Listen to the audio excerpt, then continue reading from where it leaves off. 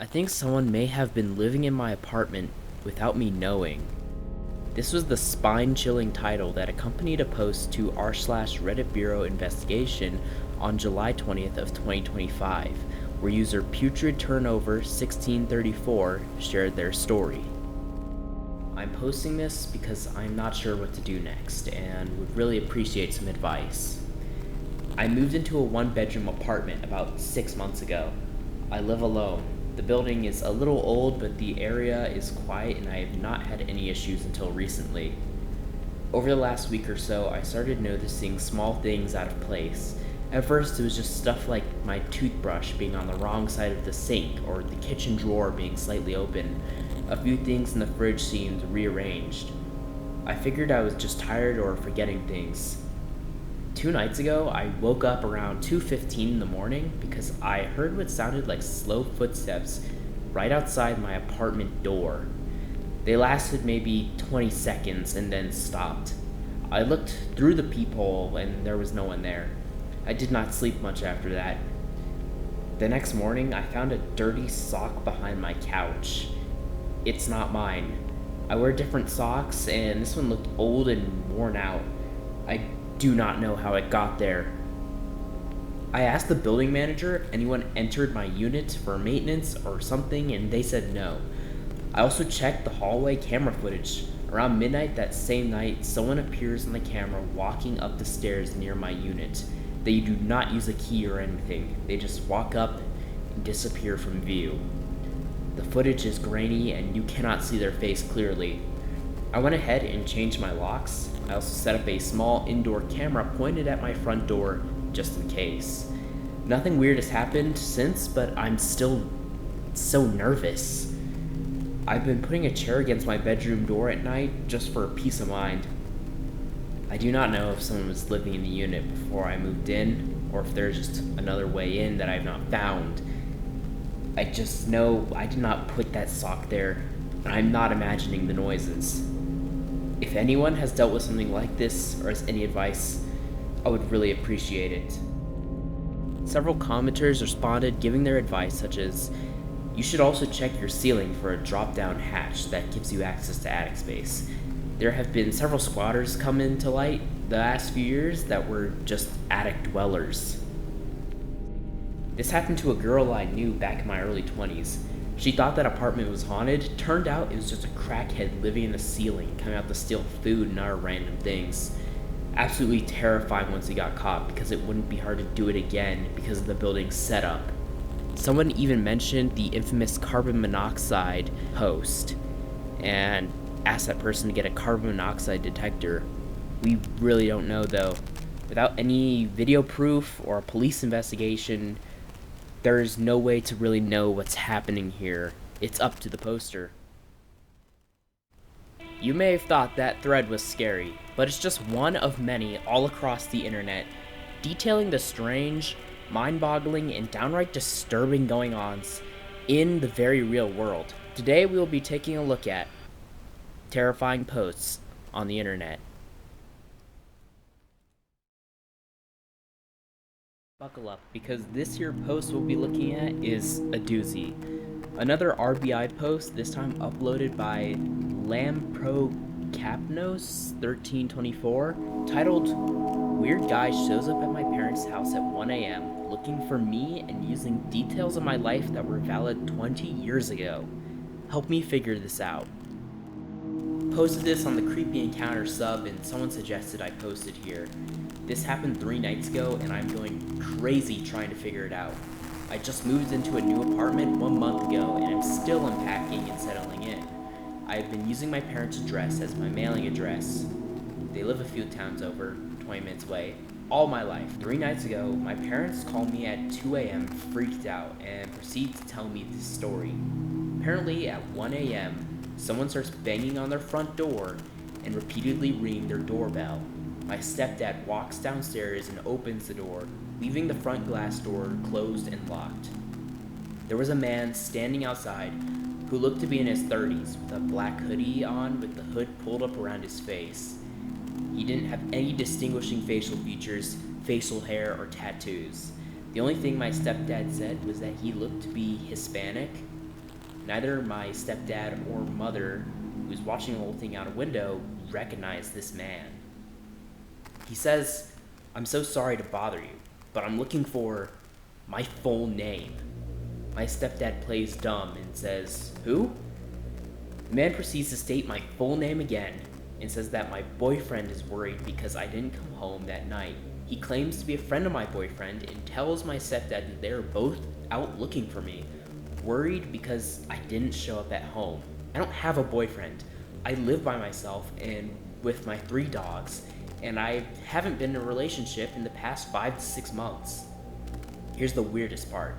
My stepdad asked the guy what boyfriend he was talking about, and the man tells him the name of the boyfriend I had when I was in 10th grade, nearly 20 years ago. My boyfriend in 10th grade was a very, very unique Italian name. I've never met anyone with a full name even close to his.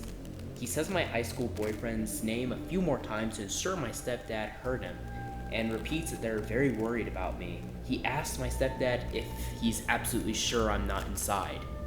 At this point, my stepdad is weirded out and closes and locks the door in his face. The man does not leave. He lingers in front of my parents' house for the next 10 minutes, smoking cigarettes and talking on the phone. Finally, my parents call the cops. About 5 minutes before they arrive, the man walks down to the dead end on their block and drives away in a silver car. Stepdad wasn't able to get the license plate. My parents file a police report and nothing else happens. After I hear the story, I'm just going nuts over the weird details. How would someone know who I dated nearly 20 years ago, and what would the motive be of making up a story that included that weird detail of my past? I've not had contact with the 10th grade boyfriend in over a decade. Just yesterday, I decided to message him on Facebook to see if he has any insight. I tell him the whole story, and he's just as confused as I am, claims to have no part in it. I'm at a loss. I'm also really freaked out that some strange man is going through so much trouble at 1 in the morning to look for me.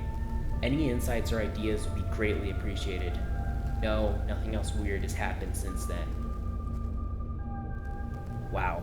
Just wow. I would say that this is a stalker, but the way this seemingly random person behaves is just so out of place and for no reason I can think of. Between the cigarettes and the detail of the silver car, I was kind of reminded of like a Men in Black type character, otherworldly and on some kind of obscure mission. Of course, silver's not an uncommon color for a car, so the OP likely just meant that they drive an ordinary sedan or whatever that happened to be silver. Anyway, after a few comments on this post dispelling it as a prank, or coming first to theorize that the man is a crazy ex, OP gave us some updates.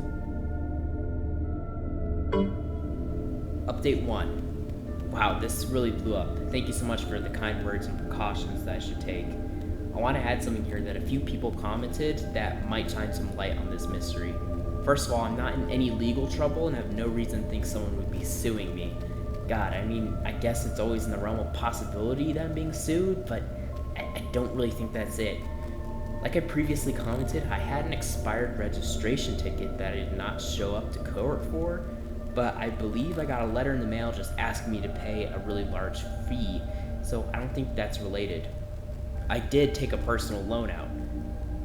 Took it out about a year and a half ago. It wasn't for anything too crazy. It was really good with making payments on time until about 6 months ago when I had a medical issue. Currently, I'm really behind on payments, but to my knowledge, I have not defaulted on the loan yet. What do you guys think? Related? I had absolutely no idea this is a thing, or I would have included this detail to begin with. Let me know your thoughts. Update 2. I have a list of a few things I'm going to look into tomorrow, based off my own thoughts and based off a ton of valuable feedback I got in here. Thank you. I'll post an update ASAP. Update 3. I'm so sorry it's taking me so long to update. It's a super busy time at work. Unfortunately, there isn't much to report. I called the loan company. They claimed to have nothing to do with it. All my friends and family also noted that the 1 a.m. factor kind of rules that out anyway. Nothing else strange has happened at my parents'. I went there for the first time last night and kept a close eye out, but didn't observe anything out of the norm. It remains a mystery. I'll be sure to update if something happens. Update 4. After this happened, me and my family and a couple of my close friends have been talking about this mystery in depth to try and put our heads together and figure it out. We all have our own theories, but ultimately no definitive answer as to what happened or who this creeper was. So we pretty much put it to rest and only continue to joke about it once in a while. So here's the update. My stepsister, my stepdad's daughter, and her fiance were at a house party right after the holidays around early January of this year. While they were there, they started talking to a girl that neither of them knew. After some time talking, the girl started going on about her ex-boyfriend and how they were going through a really tough time together. They just recently broke up and she felt really bad because he was a wreck over it. Somehow it came up that this girl's ex-boyfriend was my 10th grade boyfriend, the one with the really unique Italian name. The whole situation wasn't that big of a coincidence since I went to high school with my stepsister's fiance and we have a lot of mutual friends. So it makes sense that they were at a party that would include some people I went to high school with. As soon as my stepsister and her fiance hear this, they both start freaking out, and without revealing too many details, they tell the girl about the whole mystery and how weird it was. As they're telling the story, the girl's face starts to go white and she looks like she's about to cry. My stepsister and fiance try to console her and ask what's wrong. The wine and beer had been flowing at this point, so I'm sure everyone was a little tipsy. The girl starts to tell them that a few nights ago, she was sleeping and someone started banging on her door at, get this, 1 a.m. Just like what happened to me at my parents'. The girl jumps out of bed and says she was absolutely terrified by how loud and aggressive someone was banging on the door. She says she literally thought it was going to break in. She has a Ring camera, so she looks on her phone. On the camera is a guy in a black hoodie banging on her door. She obviously pretends like she isn't home and keeps all the lights off. He continues banging. As she's getting ready to dial 911, the guy stops and leaves. She said she was absolutely terrified. For whatever reason, she didn't end up calling the cops, but may have went to stay with a friend that night or the night after. My stepsister and her fiance are shocked by the details and how similar it is to my story, especially because of the mutual ex-boyfriend we share, and this girl just broke things off with him. They asked the girl if she has any idea who the guy is, and she said no, but that is definitely not the actual ex-boyfriend. She said this guy was much taller and heavier than our shared mutual ex. How weird. This mystery is still unsolved, and these new details honestly just make my head spin even more. No one else has showed up to my parents' door since the actual incident a year ago. Update 5. So, a few answers to some questions. 1. 10th grade boyfriend was into drugs when I dated him in high school. No idea if he has continued to use them throughout his life, but can confirm he's definitely an addict. 2. 10th grade boyfriend has been to my parents' house multiple times. My parents still live in the same house I grew up in, and he's been over many times when we dated. I don't know where he currently lives, but he grew up about 10 minutes away from my parents' house. 3. We had a horrific breakup. I met my high school sweetheart while I was dating him and broke up with him in a pretty messed up way. He held a grudge over it all through high school and was extremely nasty to me to the point of bullying. At one point, I had to get a security guard to escort me to classes because him and his friends were just harassing me so badly. The bullying was only severe for the rest of 10th grade, but he definitely hated me all throughout high school. At one point, he did end up apologizing to me and explained that he was just heartbroken, but at that point, I was way past forgiving him. After graduating, we ran into each other maybe once or twice while I was home from college, and he was totally cordial and nice, and we laughed the high school experiences off. I can definitely try reaching out to him on Facebook again and bringing back up this whole mystery with the added updates from his recent ex-girlfriend to see what his reaction is and gauge whether or not he's being truthful in it. I can also ask some mutual high school friends who know him about how he currently is, if he's into any shady things or not. 5. My stepsis only gave me a first name and description of recent ex-girlfriend from the party, but I can go on 10th grade boyfriend's Facebook and look for her under his friends, then reach out to her on Facebook Messenger and inquire about ring footage. 6. 10th grade boyfriend does not have a brother, just a younger sister that I remember back from high school. Final update. I decide I'm going to try and find out the girl's full name so I can look her up on social media. I may even be able to find her with just the first name that I already know from my stepsis telling me.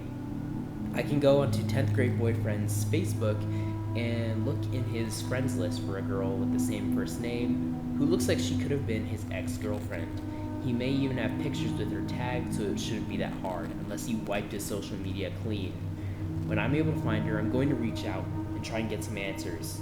I think this is the safest route since I still don't know 10th grade boyfriend's role in this, and I did already ask him once. He claimed to have no part in it or anything, which may or may not have been a lie. Based on how scared my stepsis said this girl was, I'm betting she'll be willing to talk to me about it since we shared the experience. I'll make an update post when I have more info. Thanks, everyone. Exes are usually no problem for most people. Maybe at most it'll be awkward seeing them out in public. However, for some, including this person as it seems, a crazy ex can be at the center of a terrifying debacle, especially one so obsessive that it will stew over a relationship from 20 whole years ago. I mean, come on, and send multiple lackeys out to help him. This is some real supervillain stuff here, man.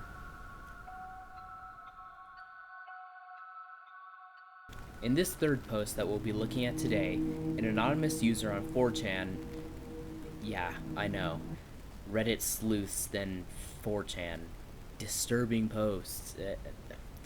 I know, this is probably the 50th video of this kind you've seen.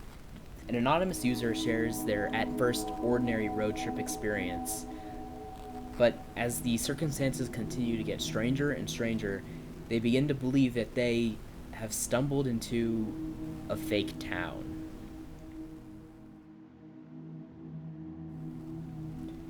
March 27th, 2019. I think I found a fake town last year, like Truman Show fake.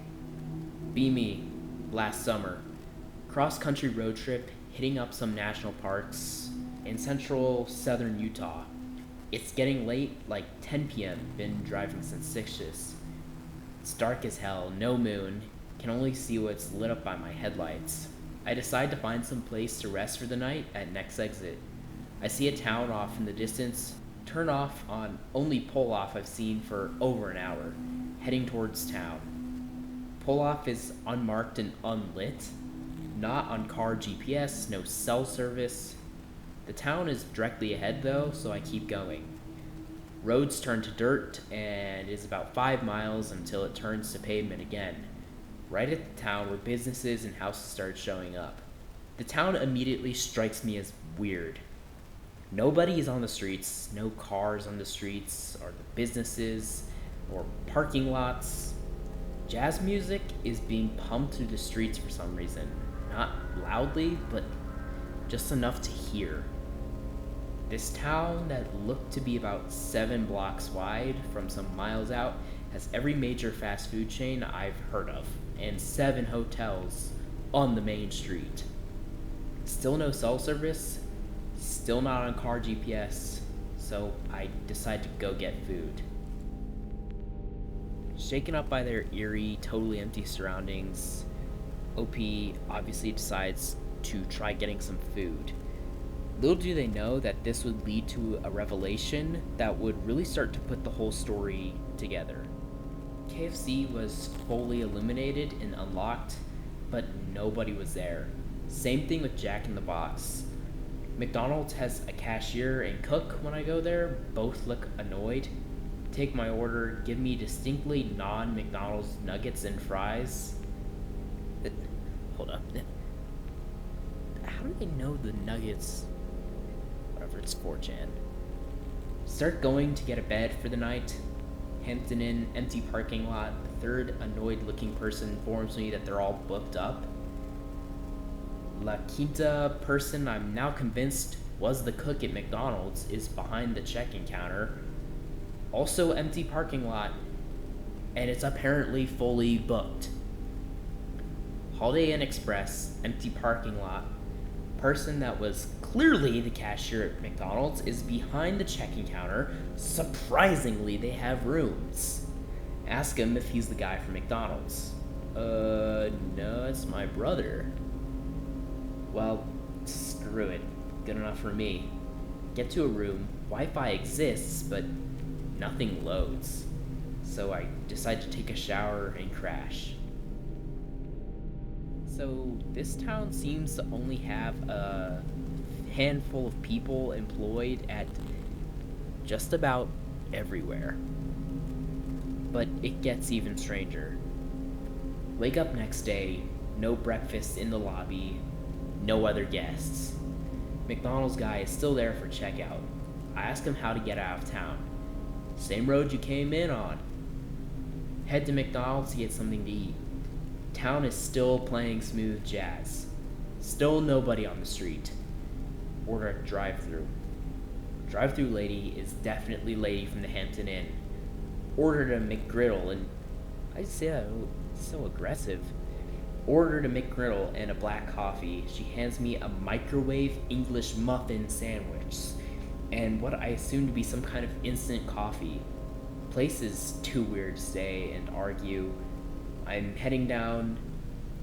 This guy's so aggressive. Heading down the only road and out of town. Maybe 3 miles onto the 5-mile dirt road, I'm noticing big metal wire fence on both sides of the street in the desert. They meet on the road in a big motorized gate that is open. Soon as I pass through, the gate starts closing. I get back onto the road, finally get onto 62. That's not right. I could have sworn I was on 89 when I decided to pull off, and there's mountains in between. Finally get cell service. Nothing matches the description of the town. Nothing of the charges ever show up on my card. I've told some people, and one of them suggested it was Richfield, but I know I was south of there, and, they would have actually charged me for stuff. What could this place be, really? A site for testing, an experiment, a government site? Who knows? Opie claims that this place was south of Richfield, Utah, which he brought up that someone they knew thought it would be. Upon looking up Richfield, it looks empty. There's nobody in these photos, and it's in Utah, a state with a history of fake and culty towns. I even looked up the McDonald's and found what looks pretty similar to what is described in the story. Nobody in the parking lots, everything just kind of looks liminal. Was it Richfield? Or something more fake?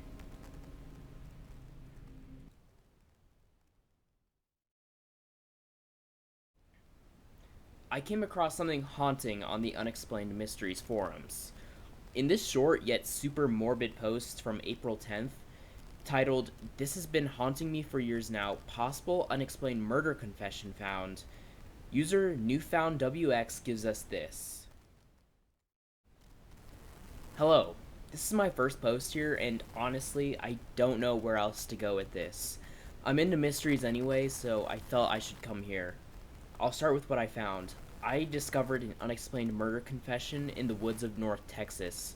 Law enforcement didn't exactly give me much solace. I do not know the exact time frame, but this was all about 2 years ago. I was night shining around Soldier Springs Memorial Park in Weatherford, Texas, and I was actually looking for glass, as this area is a site of an old glass dump. All was pretty normal. I was walking down the dirt trail to a spring located further into the woods of the park. I do think this trail is now paved today. I caught an upright brown beer bottle ahead of me on the trail. This is interesting as the glass is usually located in a creek bed further into the woods. So I picked it up and it had no liquid inside, but there was a rolled up slip of paper in the neck of the bottle. I picked it out, and on it was a faded note of computer-typed text. I don't remember the exact words, but the gist was, "I've killed a man, and left his body in Weatherford Lake. I'm a murderer. try and find the body. I was obviously creeped out, and my dad called the cops while at the park. They gave me basically, "Oh yeah, we found a few things like that, I suppose. We'll look into it." I never heard anything else of it. We left the bottle there with the note inside, and the next time I came back for a similar glass hunting trip, it was gone. I'm sure it was just some dumb prank, but I sometimes cannot shake the feeling I found something significant. Make of it what you will. I'm sure this is kind of suspect of lying or whatever, but I need to get this off my chest. It kind of keeps me up at night. When asked how big the lake was and why OP didn't give the bottle to the police or at least keep it, they had this to say: Weatherford Lake isn't big at all. It's surrounded by private property and a bunch of wetlands full of reeds. I didn't keep it as, honestly, I didn't want to put my family at risk of being associated with a murder. Plus, honestly, we thought the police would just drive by and find it. I don't think that ever happened, though. If you ask me, it's probably just a prank. Why would somebody leave their confession in a bottle like a cartoon pirate? And why wouldn't there be any mention of a missing persons case around the lake? However, I think that until we get a potential update, which seems unlikely now, or someone decides to explore Weatherford Lake, this will forever remain just one of many terrifying posts on the internet. Thank you, and consider subscribing. Check me out on other places. Bye.